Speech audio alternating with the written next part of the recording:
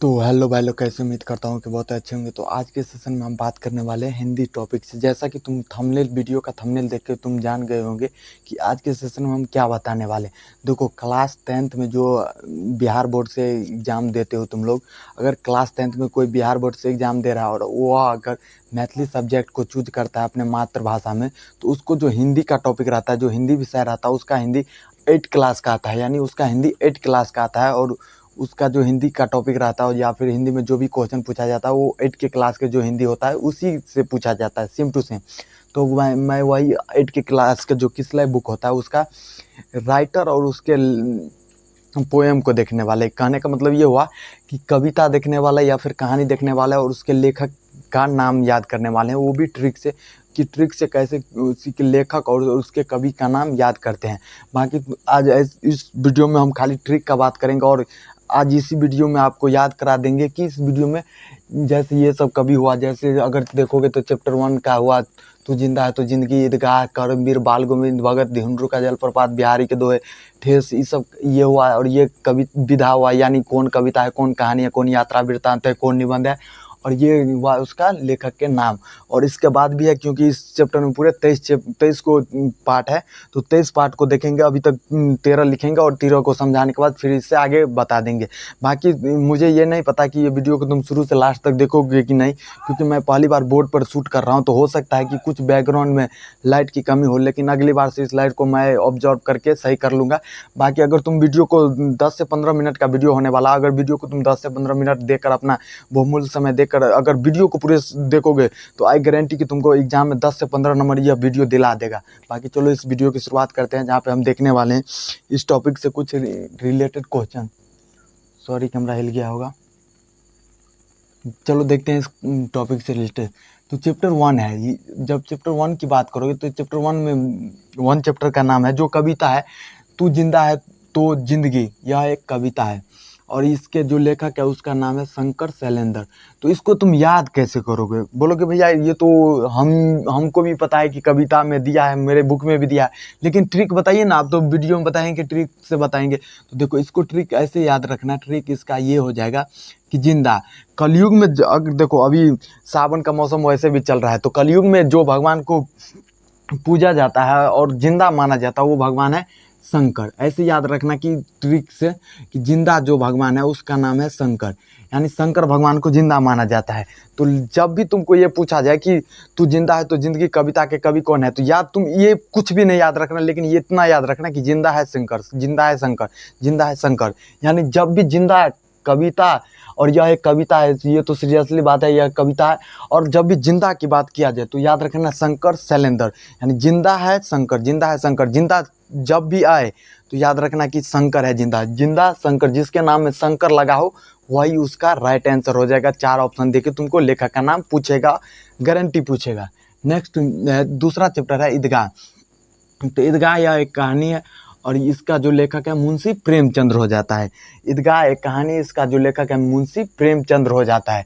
तो चलो इसको याद कैसे करोगे? तो इसको याद रखने का सही तरीका है, इसको याद रखने का ट्रिक यह हो जाता है कि ईदगाह जो है एक मुस्लिम का पर्व होता है। जैसे देखो, अगर हम हिंदू है, अगर आप भी हिंदू होंगे या फिर कुछ मुस्लिम के जाति पर नहीं जाएंगे, लेकिन ट्रिक्स बता रहे हैं इसको, ये पर मन पे मत लेना, मैं ट्रिक से बता रहा हूँ, ट्रिक को बता रहा हूँ केवल। तो ईदगाह एक मुस्लिम धर्म का पर्व वैसे भी होता है। तो ईदगाह जो होता है ना, मुस्लिम आदमी ईदगाह से प्रेम करता है। ऐसे याद रखना कि मुस्लिम आदमी जो होता है वो ईदगाह पर्व से प्रेम, ईदगाह पर्व से प्रेम करता है। तो इसीलिए याद रखना कि ईदगाह पर्व जब भी पूछा जाए तो इसका जो राइट आंसर हो जाएगा मुंशी प्रेमचंद्र होगा। यानी ईदगाह चैप्टर से लोग प्रेम करता है। ईदगाह जब भी पूछा, ईदगाह यानी प्रेम, ईदगाह यानी प्रेम, ईदगाह जब भी पूछा जाए तो याद रखना प्रेम, ईदगाह से प्रेम, यानी जिसके नाम में प्रेम आ जाएगा उस वही उसका राइट आंसर हो जाएगा। ईदगाह चैप्टर के लेखक का नाम पूछे तो मुंशी प्रेमचंद्र हो जाएगा। और यह एक कहानी है। चैप्टर नंबर 3 कर्मवीर है। कर्मवीर यानी कर्म। और देखो, अगर कुछ ऑब्जेक्टिव की और बात करोगे भैया और बता दो इस चैप्टर से क्या है, तो ईदगाह चैप्टर से ज़्यादा यही पूछा जाता है, यह कहानी है कि कविता है, इसके लेखक बताइए। देखिए, ईदगाह ऐसे याद रखें, ईदगाह से प्रेम मुस्लिम को ईदगाह से प्रेम होता है, यानी मुस्लिम से मुंशी याद रखना और प्रेम से प्रेमचंद्र याद रखना, यानी ईदगाह से मुंशी प्रेमचंद्र हो जाएगा इसका राइट आंसर। और यह एक कहानी है कर्मवीर। कर्मवीर ईदगाह से वही पूछेगा। ईदगाह में हामिद नाम का एक लड़का रहता है, जो अमीना नाम की उसकी दादी रहता है। उसके बाल मनों पर आधारित कविता है, जिसमें पूछेगा कितना बार पूछता है हामिद के पास कितना रुपया था, 3 रुपया था। मोहसिन के पास कितना रुपया था, 15 रुपया था। हामिद ने कौन सा खिलौना खरीदा, चिमटा खरीदा। ये सब रिलेटेड उस कहानी से रिलेटेड क्वेश्चन है जो पूछता रहता है। बाकी तीसरे चैप्टर की बात करोगे तो तीसरा चैप्टर है कर्मवीर। कर्मवीर के लेखक पूछा जाए, कर्मवीर के लेखक कौन है, तो इसका नाम देखो कितना बड़ा है, अयोध्या सिंह उपाध्याय हरियोध। इसका नाम है अयोध्या सिंह उपाध्याय हरियोध। और कर्मवीर जो है, कर्मवीर चैप्टर नंबर 3 कर्मवीर है। इसका यह भी एक कविता है और इसका लेखक है अयोध्या सिंह उपाध्याय हरियोध। इसका नाम है अयोध्या सिंह उपाध्याय हरियोध। तो बोलोगे इतना बड़ा नाम कैसे याद रखेंगे भैया, ट्रिक बताइए। ट्रिक इसका ये हो जाएगा, इसका ट्रिक ये हो जाएगा कि याद रखना जो कर्म किसे कहते हैं। अगर नॉर्मल क्वेश्चन ये भी पूछ लिया जाता है कर्मवीर कौन होता है या कर्मवीर क्या है, कर्मवीर किसे कहते हैं, तो याद रखना वैसा व्यक्ति जो अपने कर्म के प्रति निष्ठा रखता है उसे कर्मवीर कहते हैं। वैसा व्यक्ति जो अपने कर्म के प्रति निष्ठा रखता है उसे कर्मवीर कहते हैं। तो इसलिए याद रखना कि कर्मवीर, कर्म के प्रति निष्ठा कौन रखा था, तो याद रखना, इसके लिए याद रखना भगवान राम। और राम भगवान का जन्म कहाँ हुआ था, अयोध्या में। तो राम भगवान भी तो कर्म किए थे, उसको जो वचन मिला था 14 साल वनवास का, तो वो वचन का पालन करके अपना कर्म निभाए ना, अपना कर्म तो निभाए नहीं। हम ट्रिक पे जाएंगे तो याद रखना कि कर्म राम भगवान भी निभाया था, कर्म राम भगवान भी निभाया था, कर्म राम भगवान भी निभाया था। लेकिन कहाँ, राम भगवान का जन्म कहाँ हुआ था, अयोध्या में। राम भगवान देखो, कर्मवीर राम भगवान भी था और उसका जन्म अयोध्या में हुआ था। यानी कर्मवीर राम भगवान भी था, उसका जन्म अयोध्या में। जिसका नाम में अयोध्या आ जाए वही उसका राइट आंसर हो जाएगा। जिसके नाम में अयोध्या आएगा वही उसका राइट आंसर हो जाएगा। अयोध्या सिंह उपाध्याय हरियोध। यानी 3 चैप्टर तक याद हो गया होगा। 4 चैप्टर है बाल गोविंद भगत। बाल गोविंद भगत रेखा चित्र है, याद रखना, ये बहुत ज़्यादा पूछा जाता है। बाल गोविंद भगत लोग जल्दी जल्दी में कहानी में टिक करके आ जाता है कि उसको लगता रहता है कि बहुत बड़ा है तो यह एक कहानी ही होगा। नहीं, ऐसी कोई बात नहीं है। बाल गोविंद भगत यह एक रेखा चित्र है। विधा से पूछेगा बाल गोविंद भगत विधा की क्या है, कहानी, रेखा चित्र, एकांकी, नाटक। तो याद रखना यह हो जाएगा रेखा चित्र। और इसके जो लेखक है रामवृक्ष बेनीपुरी। इसका जो राइट आंसर हो जाएगा रामवृक्ष बेनीपुरी। यानी याद रखना भगत पूरा दुनिया में एक गो है, भगत पूरा दुनिया में एक गो है, वो है रामवृक्ष बेनीपुरी। भगत पूरा दुनिया में एक गो है वो है रामवृक्ष बेनीपुरी। यानी जिस बाल गोविंद भगत पूछा जाए तो याद रखना भगत एक गो है जो रामवृक्ष बेनीपुरी है, भगत एक गो जो रामवृक्ष बेनीपुरी है, ऐसे याद रखना। और यह रेखा चित्र है। चैप्टर नंबर 5 पूछे तो चैप्टर नंबर 5 हो जाएगा हुंडरू का जलप्रपात। चैप्टर नंबर 5 हो जाएगा हुंडरू का जलप्रपात। हुंडरू का जलप्रपात यह एक यात्रा वृत्तांत है। हुंडरू का जलप्रपात यह एक यात्रा वृत्तांत है और इसका लेखक जो हो जाएगा वो हो जाएगा कामता प्रसाद सिंह काम। इसका जो लेखक हो जाएगा वो हो जाएगा कामता प्रसाद सिंह काम। तो देखो याद रखना ऐसे कि हुंडरू का जलप्रपात जो है वो यह एक यात्रा वृत्तांत है और इसके जो लेखक है वह हो जाएगा कामता प्रसाद सिंह काम। रुको 2 मिनट रुको।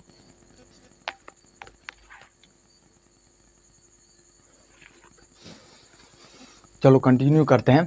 तो इसका जो लेखक हो जाएगा कामता प्रसाद सिंह काम हो जाएगा। ट्रिक से याद रखने की बात रही, ट्रिक क्या होगा इसमें, तो याद रखना कि देखो वहाँ पे जलप्रपात की अगर क्वेश्चन पूछा जाए जलप्रपात क्या होता है, तो पहाड़ पर एक लाइन बना के धारा बना के पानी एक ही बार में कई धाराओं से पहाड़ से नीचे गिरता है, उसे जलप्रपात कहा जाता है। तो वैसे भी याद रखना, कोई आदमी गंगा नदी में घूमने के लिए जाता है या फिर गंगा मैया में स्नान करने जाता है तो क्या लेके आता है अपने साथ, वो अपने साथ प्रसाद के रूप में जल लेके वहाँ से आता है, वो अपने साथ प्रसाद के रूप में वहाँ से जल लेके आता है। तो याद रखना कि हुंडरू का जलप्रपात पूछा जाए तो यह तो एक यात्रा वृत्तांत है। अगर कोई भी जलप्रपात पर जाएगा तो वह घूमने जाएगा, यानी यात्रा करने जाएगा, यात्रा वृत्तांत हो जाएगा, याद रखना। लेकिन जब कोई जलप्रपात पर घूमने जाएगा तो वो अपने साथ प्रसाद में लाएगा जल, वो अपने साथ प्रसाद में लाएगा जल, यानी जलप्रपात यानी प्रसाद, जलप्रपात प्रसाद, जलप्रपात पर गया तो जल लाएगा प्रसाद में। यानी याद रखना, ऐसे याद रखना कि हुंडरू का जलप्रपात जब भी पूछा जाए तो याद रखना कि प्रसाद आना चाहिए। हुंडरू का जलप्रपात आया है तो वह प्रसाद लाएगा ही पानी, तो याद रखना कि प्रसाद आना चाहिए। जिसके नाम में प्रसाद आएगा वही उसका राइट आंसर हो जाएगा। नेक्स्ट क्वेश्चन देखते हैं। आई गेस तुमको याद होता होगा। और जो ट्रिक बता रहे हैं ना, तुम बुक निकाल लो, किस लाइक का बुक तुम्हारे पास भी होगा या फिर कोई गाइड लिए होगे तो उसमें शुरू में रहता है वहाँ पे वो, और जो ट्रिक बता रहा हूँ उसको लिख लो या फिर अंडरलाइन कर लो जैसे कि मैं बता रहा हूँ, ताकि तुमको ज़्यादा समय तक याद रखे रहे और जब एग्ज़ाम देने जाओ तो एक समय में एक बार में देख के तुम रिवाइज कर सको। बाकी देखो, नेक्स्ट है बिहारी के दोहे। यह एक दोहा है, मेनली तुमको यही मिलेगा। बोलोगे भैया कविता क्यों लिख दे हो, कविता भी कभी कभी दे दिया रहता है ऑप्शन में, लेकिन कविता इसका सही आंसर नहीं है। मैं पहले बता दे रहा हूँ, कविता इसका सही आंसर नहीं होगा। तुमको ऑप्शन में दिया जाएगा दोहे, पूछेगा बिहारी की दोहे विधा की क्या है, तो याद रखना यह एक दोहा है। और इसका लेखक पूछेगा तो स्वयं इसका लेखक बिहारी हो जाता है, जो बिहारी का दोहे है। और विधा पूछा तो दोहा हो जाएगा, और लेखक पूछा तो बिहारी हो जाएगा, स्वयं वह अपने ही है। नेक्स्ट पूछा जाए क्वेश्चन नंबर 7, ठेस। ठेस शीर्षक के लेखक कौन है? और शीर्षक के बारे में बताओगे तो यहाँ पे हुंड्रू के जलप्रपात से अगर पूछोगे कौन कौन क्वेश्चन भी आ रहता है भैया, तो वो पूछेगा कि हुंड्रू से पुरुलिया की दूरी कितना है, 13 मील। पूछेगा हुंड्रू से रांची की दूरी कितना है, 27 मील। पूछेगा हुंड्रू जलप्रपात की ऊंचाई कितना है, 243 फीट। तो ये सब जो भी क्वेश्चन बनता है उस चैप्टर से, वैसे चैप्टर क्वेश्चन ऑब्जेक्टिव में पूछा जाता है। बाकी बिहारी के दोहे वो है ठेस। ठेस यह एक कहानी है, याद रखना, ठेस जो है यह एक कहानी है, और इसके जो लेखक है फणीश्वर नाथ रेणु हो जाता है। ठेस कहानी के जो लेखक है वह फणीश्वर नाथ रेणु हो जाता है। ठेस कहानी के जो लेखक है वह फणीश्वर नाथ रेणु हो जाता है। यानी याद रखना, ऐसे याद रखना कि ठेस ठेस वैसे तो आम भाषा में, जैसे मैं मैथिली बोलता हूँ तो मैथिली अगर बोलूँगा तो शायद तुम भी समझ जाओ, तो क्योंकि मैथिली रखे होगे तभी तुमको ये विषय होता होगा। तो देखो, मैथिली में बोल जाता है ठेस लग गया, जो आदमी चलता रहता है तो ठेस लग जाता है, तो सामने वाले आदमी को हंसी लग जाता है। ठेस लग के अगर सामने गिर जाता है तो जो आदमी उसके साथ चलता रहता है उसको हंसी लग जाता है। फन्नी बात है, फन्नी जब तो ना, FUNNY, फन्नी मतलब हंसी, फन्नी यानी ठेस लगना एक फन्नी बात है। ठेस लगना एक फन्नी बात है, यानी जिसके ठेस लगा वह कैसी ठेस लगा तो क्या हुआ, फन्नी हुआ, हंसी लग गया। ऐसे याद रखना कि ठेस लगा तो फन्नी हो गया, हंसी आ गया। जिसके नाम में ठेस यानी जिसके नाम में फन्नी आएगा वही ठेस के लेखक हो जाएंगे। बाकी अगर ये नहीं याद रहेगा तो ऐसे याद रखना कि रेणु नाम के लड़की को ठेस लगता है। रेणु नाम के लड़की को ठेस लगता है, यानी रेणु भी अगर किसी नाम में पूछा जाए कि ठेस कहानी के लेखक कौन है, तो याद रखना जिसके नाम में रेणु आएगा, रेणु नाम के लड़की को ठेस लगता है। नेक्स्ट पूछा जाए बच्चे की दुआ। बच्चे की दुआ यह एक कविता है, और इसका जो राइट आंसर हो जाएगा मोहम्मद इकबाल हो जाएगा। ट्रिक की बात करोगे कि भैया ट्रिक लगा लिख के बताओ ना, ट्रिक ये है कि बच्चे की दुआ में याद रखना कि मुस्लिम धर्म के बच्चा है जो अपने इकबाल से दुआ मांग रहा है। इकबाल जो उन लोगों का भगवान जिसे मानता है उसे इकबाल कहते हैं। इकबाल अल्लाह जो होता है, तो उस याद रखना कि बच्चे की दुआ, यह एक मुस्लिम बच्चा है जो अपनी दुआ इकबाल से मांग रहा है, यानी बच्चे की दुआ के लेखक हो जाएगा मोहम्मद इकबाल। यह एक कविता है। याद रखना अशोक के शस्त्र त्याग। नेक्स्ट चैप्टर जो 9 है अशोक के शस्त्र त्याग है। अशोक के शस्त्र त्याग के लेखक हो जाएंगे, सॉरी ये तो एक एकांकी है। अशोक के शस्त्र त्याग यह एक एकांकी है। एकांकी या नाटक, कोई भी ऑप्शन में रहे तो टिक करना। एकांकी नाटक है, यह नाटक करके यह चैप्टर में पूरा दिखाया गया, जिसके लेखक हो जाता है बंशीधर श्रीवास्तव। ट्रिक की बात करोगे भैया, ट्रिक से कैसे याद रखेंगे, इसके ट्रिक से तो याद रखना, देखो जब कलिंग का युद्ध 261 ईस्वी में होता है, कलिंग का युद्ध 261 ईस्वी में होता है, 4 साल तो लगातार चलता है, तो कलिंग का महाराजा मारा जाता है, और वहाँ के जो उसकी बेटी कन्या जो होती है वह पद्मा बाद में युद्ध करने के लिए आ जाता है। तो सम्राट अशोक उसे देखकर यह बोलते हैं कि अब ये दिन नहीं आ गया है कि मुझे अब कन्याओं की भी वध करना पड़ेगा, और वह युद्ध करना इसी दिन से छोड़ देता है। तो वो उसी दिन से यह कहानी या फिर नाटक जो भी बोलो, नाटक वैसे इस चैप्टर में नाटक लिया गया है अशोक के शस्त्र त्याग। और वहाँ से जो अशोक महाराज जो रहता है वो वास्तव में शस्त्र का त्याग कर देते हैं, यानी उसके बाद जीवन में कभी भी हथियार को नहीं हाथ लगाते हैं। तो याद रखना कि शस्त्र जो है ना वास्तव में त्याग देता है, शस्त्र जो है वो अशोक वास्तव में त्याग देता है, यानी जिसके नाम में वास्तव आए वही हो जाएगा अशोक के शस्त्र त्याग के लेखक। देखो कैसे ट्रिक, स्मूथ ट्रिक बता रहा हूँ, जो एक बार पढ़ने के बाद गारंटी तुमको याद हो जाएगा। 4 ऑप्शन तुमको दिया जाएगा, तुम ट्रिक अगर याद करके जाओगे तो गारंटी तुम नंबर ले आओगे। क्योंकि याद रखना कि शस्त्र जो है अशोक महाराज वास्तव में त्याग देता है, यानी जिसके नाम में वास्तव आ जाए वही, यानी श्रीवास्तव, वंशीधर श्रीवास्तव में वास्तव आ रहा है, तो यही इसका राइट आंसर हो जाएगा। नेक्स्ट क्वेश्चन नंबर 10 पूछ सॉरी चैप्टर नंबर 10 है, ईर्ष्या तू न गई मेरे मन से। ईर्ष्या जो होता है, ईर्ष्या एक प्रकार की ऐसी निंदा होता है जो एक दूसरे के साथ लड़की और लोग ज़्यादा जाके चुगली करती रहती है। गाली मत देना कमेंट बॉक्स में, बाकी वैसे ही बता रहा हूँ ट्रिक के लिए। वैसे ईर्ष्या तुम ही लोग ज़्यादा करती हो। ईर्ष्या के लिए, ईर्ष्या जो हो जाता है कि यह एक निबंध हो जाता है और इसका जो लेखक हो जाता है रामधारी सिंह दिनकर हो जाता है। यानी ईर्ष्या कब किया जाता है? क्या तुम रात में सोए रहते हो तो कभी ईर्ष्या करते हो? नहीं करते हो। तो बोलो कि भैया ईर्ष्या तो दिन में करते हैं। यानी ईर्ष्या जब भी पूछा जाए ईर्ष्या, तो जिसके नाम में दिन है, ईर्ष्या किया जाता है कब? दिन में। ईर्ष्या किया जाता है दिन में। और याद रखना यह एक निबंध है, यह एक कहानी कविता नहीं है, यह एक निबंध है। और याद रखना ईर्ष्या किया जाता है दिन में, यानी जिसके नाम में जब भी पूछा ईर्ष्या तो जिसके नाम में दिन आएगा वही होगा इसका लेखक, यानी रामधारी सिंह दिनकर। नेक्स्ट कबीर के दोहे, यह एक दोहा है और इसका जो कवि है स्वयं कबीरदास हो जाता है। ये तो यादें करने का। 12 वो विक्रमशिला है, यह एक निबंध है और ये सब नहीं पूछेगा, ये सब नहीं पूछेगा। कहने का मतलब ये हुआ कि पाठ्य पुस्तक विकास संगठन, यानी पाठ्य पुस्तक के जो विकास संगठन है उससे यह चैप्टर सब लिया गया। इसके लेखक कौन है इसके कोई ठिकाना नहीं है, इसीलिए इसका लेखक से कभी भी क्वेश्चन आज तक नहीं पूछा, नहीं पूछेगा, इस दोनों से नहीं पूछेगा। यानी विक्रमशिला याद रखना यह एक निबंध है और दीदी की डायरी यह एक डायरी है। बाकी 13 चैप्टर तक अभी देख सकते हो, यहाँ पे मैं 13 चैप्टर तक बताया हूँ स्मूथली तरीका से। बाकी तुमको समझ आया होगा। फिर से मैं एक बार रिकॉल करा देता हूँ। पहला था जिंदा, याद रखना शंकर, जिसके नाम में शंकर है। ईदगाह मुस्लिम का पर्व है, यानी मुस्लिम लोगों को प्रेम होता है। मुंशी प्रेमचंद, कर्मवीर, कर्म भगवान राम किए थे अयोध्या में, तो अयोध्या सिंह उपाधि हो जाएगा। बाल गोविंद भगत, भगत एक ही गो है पूरे दुनिया में, राम वृक्ष बेनीपुरी। ऐसे याद रखना। हुंडू का जलप्रपात, जलप्रपात पर जाता है तो लोग प्रसाद लाता है, जिसके नाम में प्रसाद हो वही जलप्रपात होगा। हुंडू के जलप्रपात का लेखक हो जाएगा। और यह एक यात्रा वृत्तांत है। कबीर के बिहारी के दोहे में दोहा हो जाएगा और इसका लेखक स्वयं बिहारी है। ठेस लगने पर कहानी है और यह फनी बात है, जिसके और रेनू नाम के लड़की को ठेस लगता है। ऐसे याद रखना।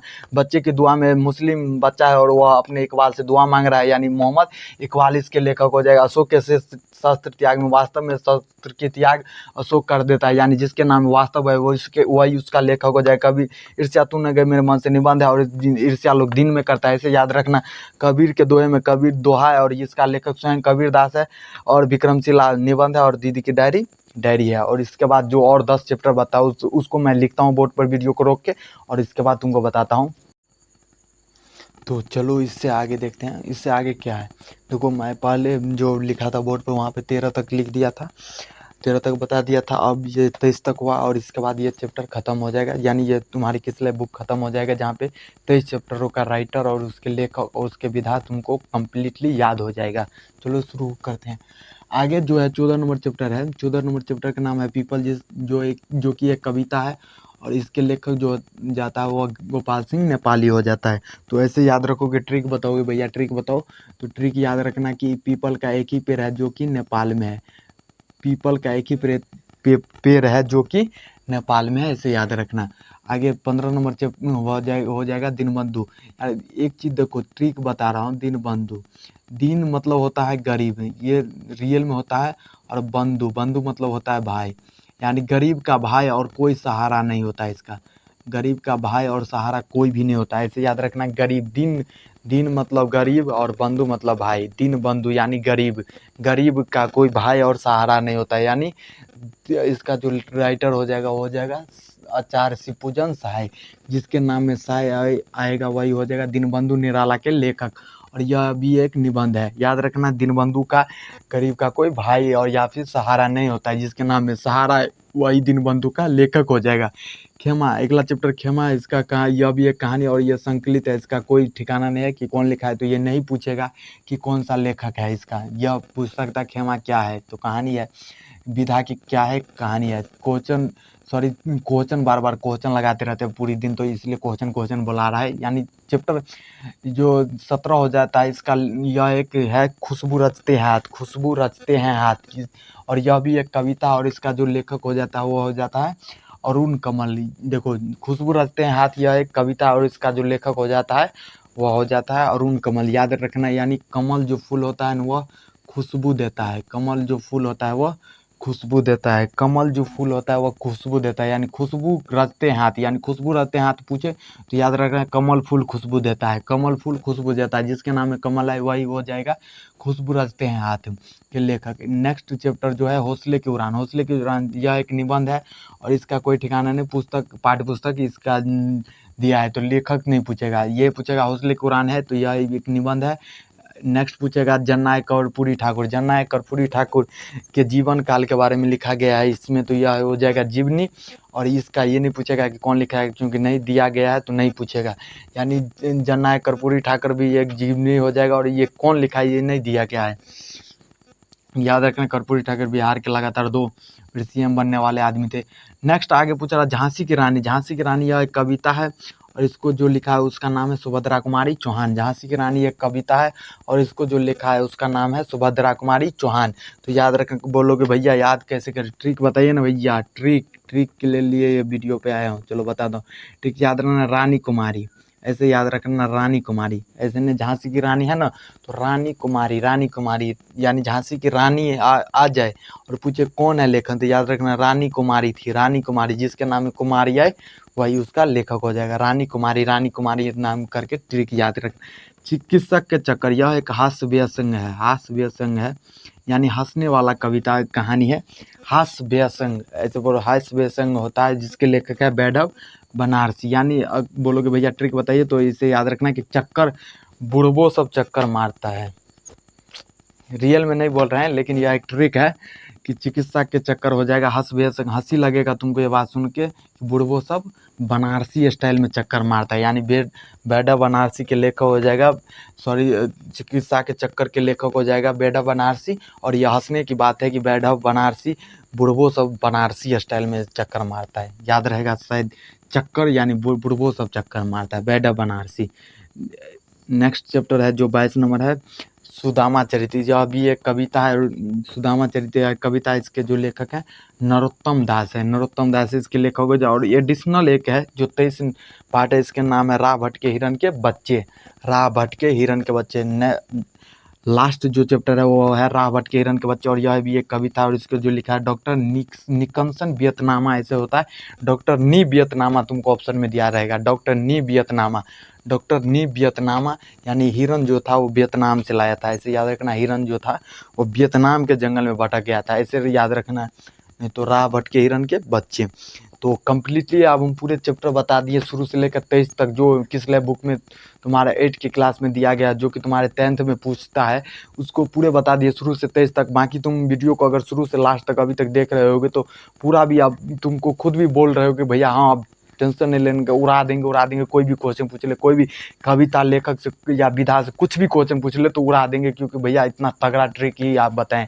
बाकी मिलते हैं किसी और नए वीडियो में नए टॉपिक के साथ। अगर इससे पहले आप मेरे वीडियो पे पहली बार आए थे और ये ट्रिक अच्छा लगा तो अपना थॉट अपने कमेंट बॉक्स में बता देना और बताना नेक्स्ट वीडियो तुमको किस टॉपिक पे चाहिए, मैं उस टॉपिक पे वीडियो बना दूंगा। बाकी मिलते हैं किसी नए वीडियो में नए टॉपिक के साथ, तब तक के लिए जय हिंद जय भारत।